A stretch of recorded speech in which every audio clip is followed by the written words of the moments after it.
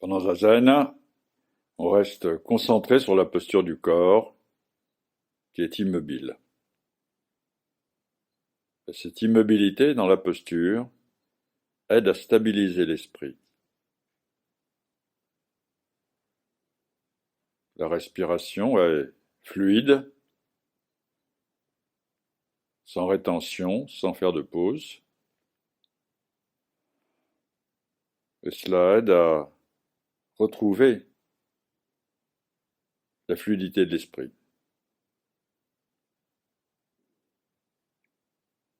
Maître Dogen nous dit qu'il y a deux approches pour étudier la voie de Bouddha. On peut l'étudier avec l'esprit ou l'étudier avec le corps. Étudier avec l'esprit signifie étudier avec les différents aspects de l'esprit. Les différents aspects sont la conscience, l'émotion et l'intellect. On a souvent tendance à considérer que l'esprit est plus stable que le corps, plus permanent. Mais quand on l'observe, en zazen en particulier, on peut voir combien notre esprit change, et à quel point il est conditionné par nos expériences, notre karma. La conscience, elle, est toujours relative. Elle est toujours conscience de quelque chose. Sans objet, il n'y a pas de conscience. En zazen, on est conscient de son corps, de ses sensations, parfois agréables, à d'autres moments douloureuses. On prend conscience de ses perceptions des formes autour de soi, des sons, des odeurs, des pensées. Et pour ce qui est d'être conscient de son ego, c'est pas possible.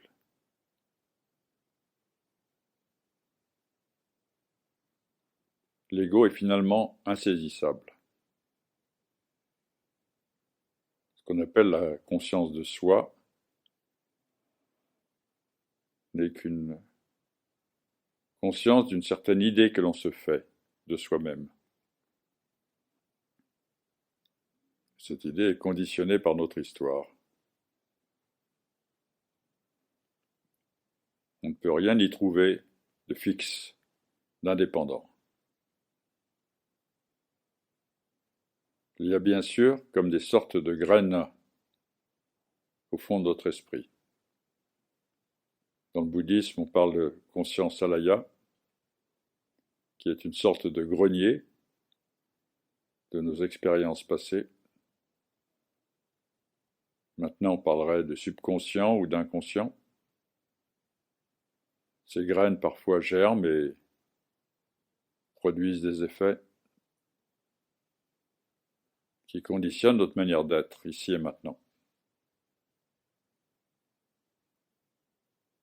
En zazen, cela remonte à la surface et peut devenir conscient. On peut considérer que tout cela constitue mon ego, moi, ce qui fait de moi un être différent des autres. Et la plupart du temps, on s'arrête là, dans notre conscience. Conscience de soi comme un individu séparé, différent des autres. Et finalement, solitaire dans sa différence. Mais en zazen, grâce à la grande concentration sur la posture et la respiration, on ne s'attache pas à ces objets mentaux. On ne s'identifie pas à eux. Et ainsi on peut réaliser la même expérience que Maître Tossan, dont on va chanter tout à l'heure le Kurzanmal. À savoir que ces images, ces pensées qui surgissent sont bien moi, mais je ne suis pas ces pensées, ces images. Car la conscience qui observe est toujours au-delà des objets observés.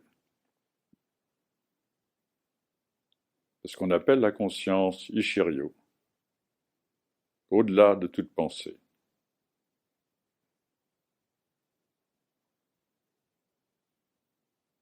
Rester en contact avec les phénomènes de notre existence, les observer, permet de comprendre ce qui cause la souffrance. Et si l'on approfondit cette observation, on en perçoit la vacuité, ce qui permet de ne pas s'y attacher, de s'en libérer. Dans ce mouvement de lâcher-prise, qui est l'essence même de Zazen, d'Atsuraku. Alors on peut retrouver un esprit neuf, devenir plus disponible, ouvert aux autres. Alors, l'empathie peut se développer, notre capacité de nous mettre à la place des autres. Mieux on se comprend soi-même, mieux on peut comprendre les autres. Mieux on parvient à se détacher de soi-même, mieux on peut aider les autres à en faire autant. Car au fond, nous ne sommes ni séparés, ni différents des autres, et réciproquement. C'est pourquoi chaque fois que l'un d'entre nous s'éveille, cet éveil contribue à l'éveil des autres. C'est ce qui fait la valeur de la Sangha. C'est ce qui fait que pratiquer ensemble est un trésor. J'espère que vous pouvez le ressentir pendant cette session.